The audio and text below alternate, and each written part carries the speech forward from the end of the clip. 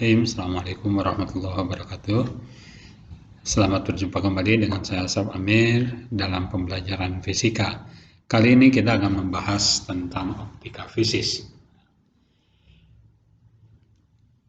Nah, apa yang dimaksud dengan optika fisis? Optika fisis itu mempelajari gejala-gejala fisika atau gejala-gejala fisis yang dialami gelombang cahaya, antara lain interferensi, difraksi, dan polarisasi. Nah, interferensi adalah perbatuan dua gelombang. Karena di sini cahaya, artinya interferensi cahaya yang akan kita pelajari. Kemudian difraksi adalah pelenturan atau pembelokan arah rambat gelombang karena penghalang yang masih bisa dilewatinya.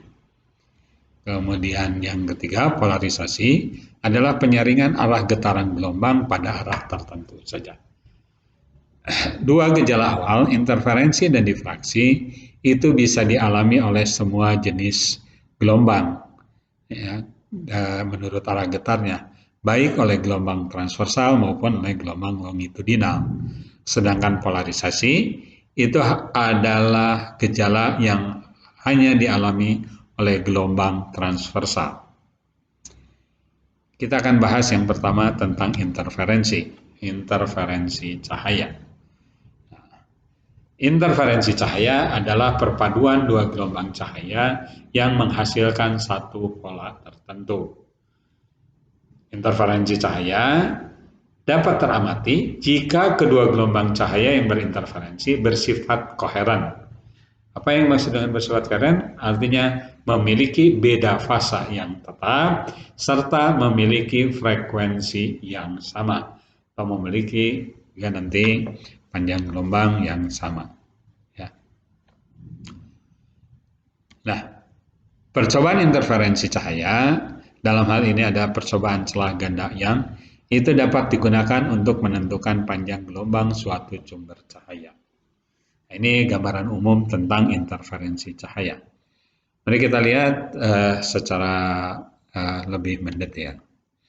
Sekarang kita perhatikan secara umum interferensi maksimum. Ya.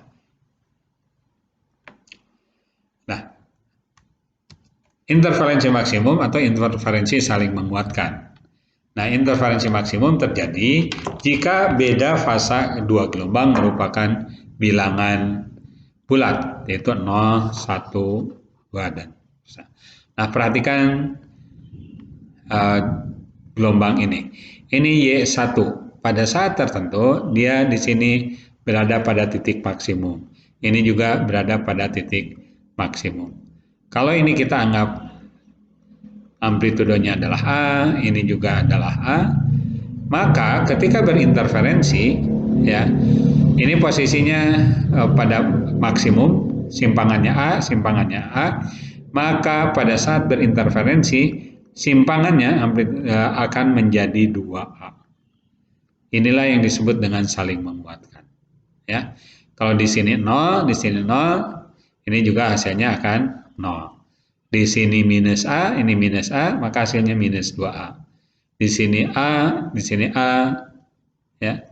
Ini A, ini juga hasilnya akan jadi 2A. Ya.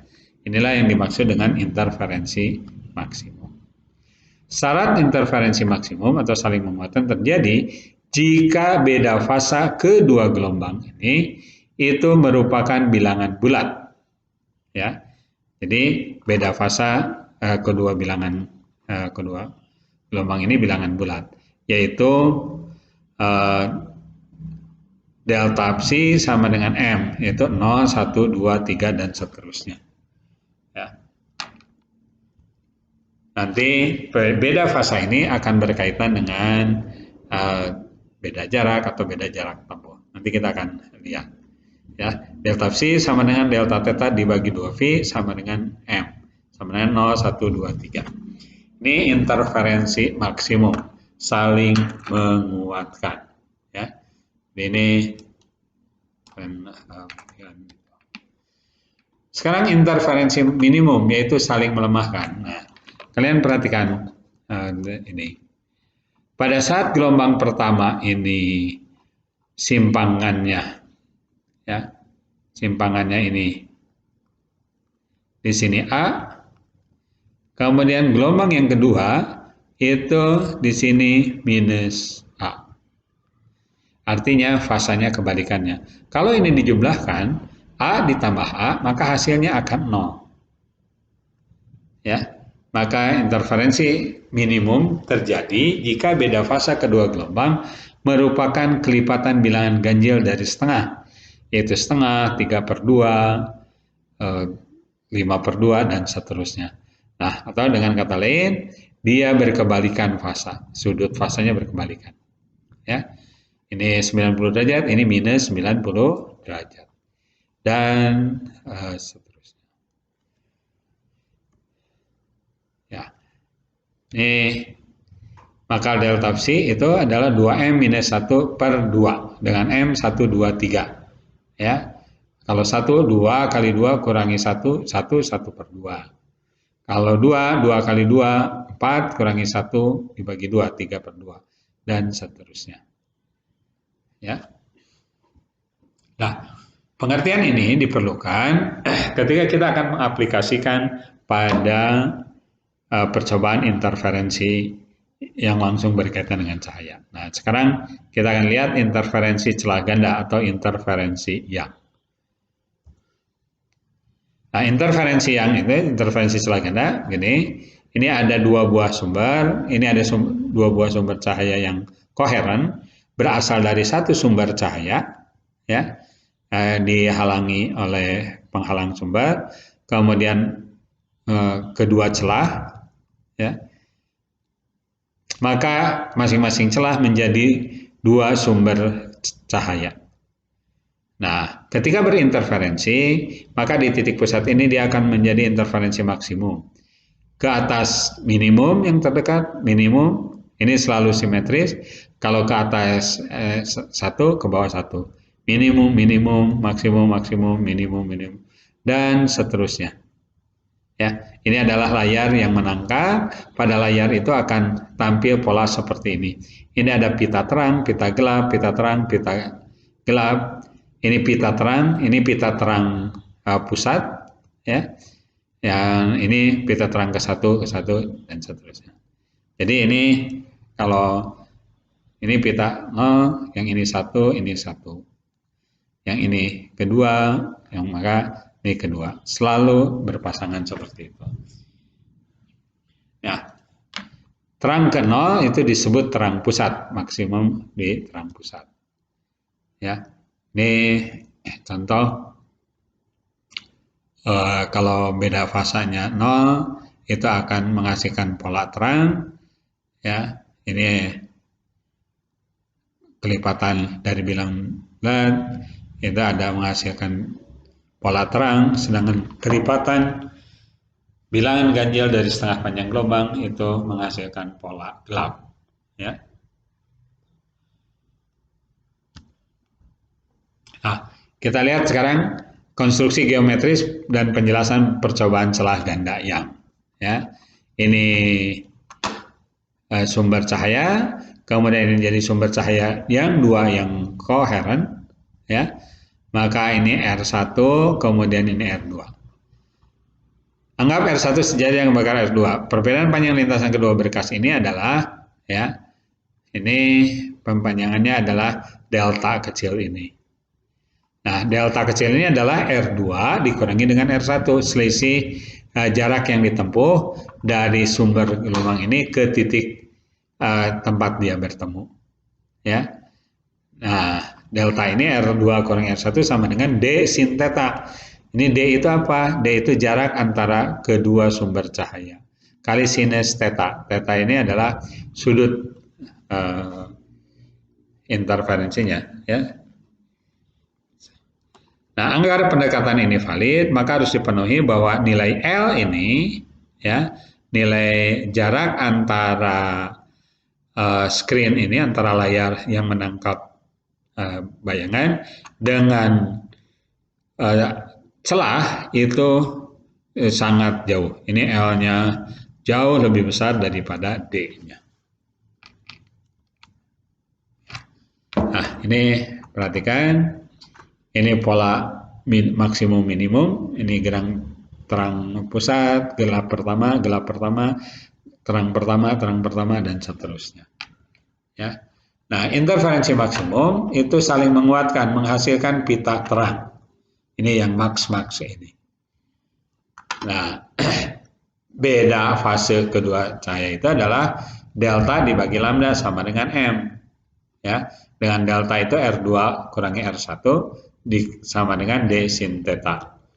Maka hasilnya D sin theta itu sama dengan M kali lambda. Ini untuk interferensi maksimum. Ya. Jika tetanya kecil, maka sin theta ini bisa didekati dengan tangen theta. Nilai tangen theta itu apa? Nah, ini perhatikan. Kalau di sini terjadi interferensi maksimum, maka YT ini adalah jarak terang. Ya, jarak pita terang dari pita terang pusat. Ya. Dengan memasukkan tangan itu adalah Y dibagi L, maka D YT per L sama dengan M kali lambda. Ya. Dengan D jarak antar celah dalam meter, YT jarak pita terang ke M dari terang pusat, ya, ke M ini berkaitan dengan M yang di sini. Kemudian L jarak layar dari celah, satuannya meter, dan lambda panjang gelombang, satuannya juga ini meter. Nanti disesuaikan antara L, D, ya, dengan yang lain. Oke, kita teruskan. Ini interferensi maksimum. Sekarang interferensi minimum. Nah, di sini yang tanda min ini. Ya, interferensi minimum itu saling melemahkan, akan menghasilkan pita gelap. Ya. Dengan penurunan yang sama, delta psi sama delta per lambda 2M minus 1 per 2 dengan M 1, 2, 3. Ya, deltanya R2 kurangi R1. Ini panjang R2 kurangi R1 sama dengan D sin theta. D-nya jarak kedua celah, sin theta-nya adalah sudut difraksi ini, sudut simpangan. Sehingga D sin theta sama dengan 2M minus 1 per 2 kali lambda. Maka sin theta itu sama dengan tangen theta sama dengan YT per L. Ya, sinus theta, tangen theta, atau didekatkan dengan theta, sehingga sinus theta-nya bisa diganti dengan YT per L. Ya, YT, ini Y, karena di sini gelap, saya akan ganti ini dengan YG. Ya. Sehingga DYG itu sama dengan DYG per L sama dengan 2M minus 1 per 2 kali lambda. Ya. Ini kelipatan dari setengah lambda. Dengan D jarak celah dalam satuan M, YG jarak pita gelap ke M dari terang pusat, seperti ini. Ya. Ini terang pusat, ini pita gelap pertama, ini pita gelap kedua. Itu selalu simetris ke atas dan ke bawah. Ini pita gelap pertama, ini pita gelap kedua. L itu adalah jarak layar dari celah. Ya. Satuannya satuan panjang meter semua. Dengan lambda itu adalah panjang gelombang. Satuannya adalah meter. Nah, dari perumusan D sin theta ini kita bisa melihat ada penurunan beberapa perumusan yang lain. Ya. Nah, perhatikan ini. Ini ada pita gelap, pita terang, pita gelap, pita terang, dan sebagainya. Ini ada jarak antara dua pita terang berurutan, delta YT, dari sini ke sini, disebut juga lebar, ya, sebetulnya lebar pita gelap atau lebar. Nah, jarak antara dua pita gelap berurutan disebut juga lebar pita gelap. Ya, sebetulnya, ya. Nah, perumusannya sama, delta YT itu sama dengan delta YG, sama dengan delta Y, yaitu L per D dikalikan lambda. Ya. Nah, sedangkan orde maksimum pita terang, ini maksudnya gini, ini kan di sini pita terangnya ada Ini 0, ini 1, ini 2. Berarti orde maksimumnya di sini 2. Ya. Nah, kalau orde maksimumnya 2, maka dia ada 5 pita terang. 1, 2, 3, 4, 5. Ya. Nah, orde maksimum pita terang MTM adalah bilangan bulat dari nilai ini. M max sama dengan D per lambda. Nah, perhatikan nanti bilangan bulat itu maksudnya begini, kalau nanti kita dapat 3,2, maka ini hasilnya ya, MTM-nya itu jadi 3,8. Ini juga MTM-nya jadi 3. Jadi yang diambil adalah bilangan bulat yang di depan ini, tidak peduli bilangan pecahannya ada berapa. Ya. Jadi orde maksimum pita terang itu ada seperti itu. Jadi kalau misalkan M max-nya sama dengan 2,5, ya, berarti orde maksimum pita terangnya itu adalah 2. Sehingga ya, banyaknya pita terang yang mungkin itu adalah 2 MTM ditambah 1. Nah, seperti ini. Kalau MTM-nya 2, ya, orde maksimum pita terangnya 2, maka banyaknya pita terang itu adalah 1, 2, 3, 4, 5. Ya. Jadi, kalau di sini banyak terangnya 2 kali 2 ditambah 1. Ini sama dengan 5. Nah, kita lihat contoh soalnya. Untuk menentukan panjang gelombang sinar yang dipancarkan oleh lampu pijar natrium, sinar ini dilewatkan pada 2 celah yang berjarak 0,5 mm. Pada jarak 1 meter dari celah dipasang layar. Jika hasil interferensi pada layar diperoleh jarak garis terang pusat sampai dengan kelima adalah 6 mm, berapakah panjang gelombang sinar natrium tersebut? Ya, perhatikan. D-nya jarak antar celahnya 0,5 mm. Sehingga kita ubah menjadi 5 kali 10 pangkat minus 4 meter. Ya. Nah, M-nya 5. Ya. Terang pusat sampai ke 5. Jadi ini Y5-nya sama dengan seperti ini, Y5-nya sama dengan 6 mm atau 6 kali 10 pangkat minus 3. Ditanyakan berapakah panjang gelombang sinar natrium tersebut? Nah, jawab. M lambda sama dengan Y D per L.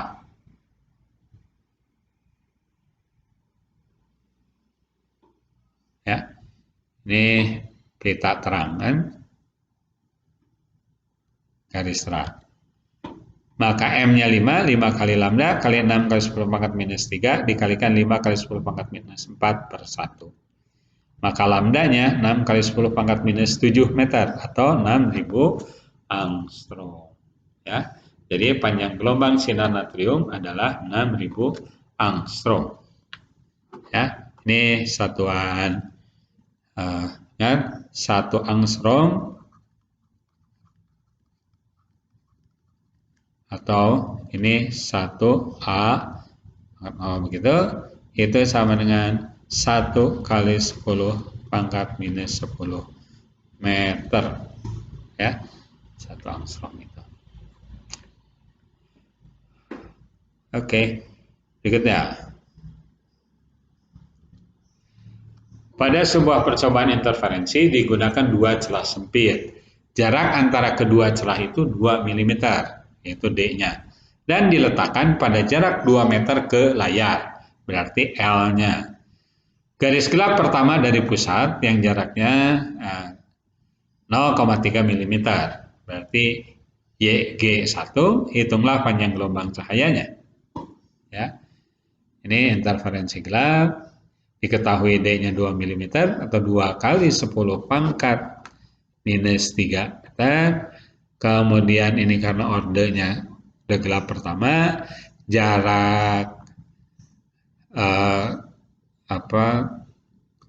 kedua celah terhadap layar 2 meter, kemudian jarak garis gelap pertama dari terang pusat 0,3 mm atau 3 kali 10 pangkat minus 4 meter. Ya, ini untuk interferensi gelap. Ya, kita jawab Y gelap kali D per L sama dengan 2M minus 1 dikalikan setengah lambda atau 2M minus 1 per 2 kali lambda. Ya, jadi 3 kali 10 pangkat minus 4 kali 2 kali 10 pangkat minus 3 ya, dibagi 2 sama dengan 2 kali 1 minus 1 kali setengah lambda. Maka hasilnya ya, yang ini 3 kali 10 pangkat minus 7 karena 2 ini dicoret sama dengan ini 2 kali 1 2 kurangi 1 1 1 kali setengah lambda. Maka 3 kali 10 pangkat minus 7 itu sama dengan setengah lambda. Maka lambdanya 6 kali 10 pangkat minus 7 meter atau sama dengan 6000 angstrom. Ya, jadi panjang gelombang cahayanya adalah 6000 angstrom. Oke ya. Oke. Sekarang kita akan lanjutkan dengan interferensi pada lapisan tipis. Interferensi pada lapisan tipis ini misalkan interferensi pada lapisan air atau lapisan minyak. Ya. Ini ada datang biasanya ini dari udara. Ya. Ini adalah N. Ini N-nya biasanya lebih besar dari 1. Ya. Selisih jarak tembus sinar yang dipantulkan di A dengan dipantulkan di B adalah ini. Ini sampai ke titik P, kemudian ini dari sini ke sini sampai titik P ke sini.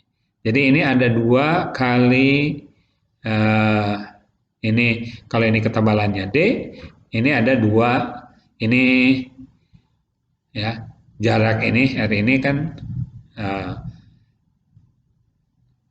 R ya D-nya itu sama dengan R jarak ini sama dengan D ya 2D kali kosinus R ya.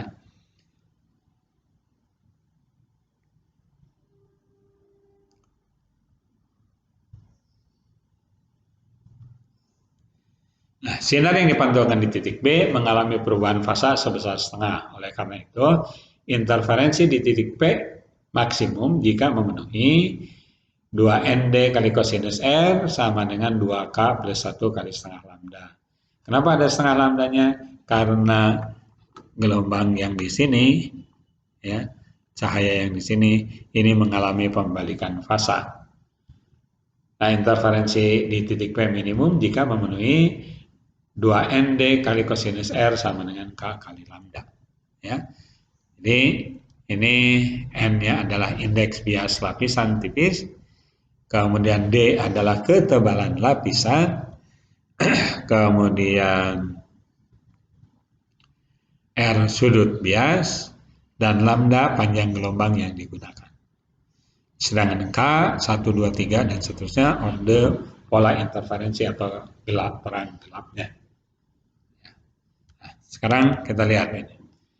Tentukan contohnya ya, tentukan tebal lapisan minimum yang dibutuhkan supaya terjadi interferensi pada sebuah lapisan tipis yang memiliki indeks bias 3/2 dengan panjang gelombang 4000 angstrom.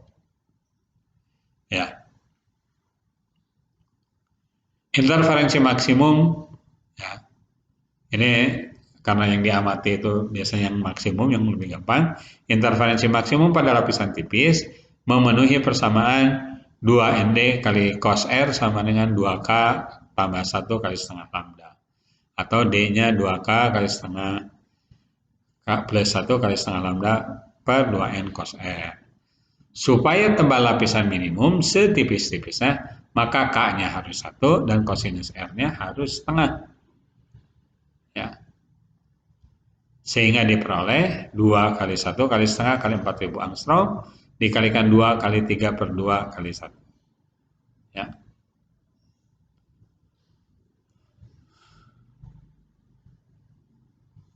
Ini 3 per 2 dikalikan 6 per 2 sama dengan setengah kali 4.000 angstrom, hasilnya 2.000 angstrom. Jadi tebal lapisan tipis yang dibutuhkan adalah 2.000 angstrom. Berikutnya, tentukan panjang gelombang sinar yang digunakan jika interferensi minimum orde kedua dari lapisan tipis di udara dengan ketebalan 1000 nanometer, sudut bias 45 derajat, dan indeks bias lapisan 1,3. Ya. Jadi tentukan panjang gelombang sinar yang digunakan jika terjadi interferensi minimum orde kedua dari lapisan tipis di udara dengan ketebalan 1000 Nm, sudut bias 45 derajat, dan indeks bias lapisan 1,3. Nah, diketahui interferensi minimum untuk K-nya sama dengan 2, B-nya sama dengan 1000 nanometer, R-nya 45 derajat, dengan N 1,3 indeks bias lapisannya. Kita jawab 2ND cos R sama dengan K kali lambda, maka 2N-nya sama dengan 1,3 dikalikan D, ketebalan 1000 nanometer, dikalikan kosinus R, kosinus 45 derajat, sama dengan 2 kali lambda. Yang ditanyakan lambdanya. Ya. Ini 2-nya. Ini dengan ini kita coret. Ya. Maka kita dapat 1,3 kali 1000, 1300 kali kosinus 45 itu adalah 0,707. Ya. Ini kosinus 45 derajat itu sama dengan setengah akar 2 sama dengan 0,707 sama dengan lambda. Maka lambdanya 919,1 nanometer. Nah, jadi panjang gelombang sinar yang digunakan adalah 919,1 nanometer. Ya, demikianlah pembahasan kita kali ini. Mudah-mudahan kalian bisa paham. Kalian bisa mengulang-ulanginya sampai kalian paham sebelum kalian mengerjakan soal latihannya. Sekian untuk pertemuan kita kali ini. Wa ma taufiqi illa billah, alaihi tawakkaltu wa ilaihi unib. Assalamualaikum warahmatullahi wabarakatuh.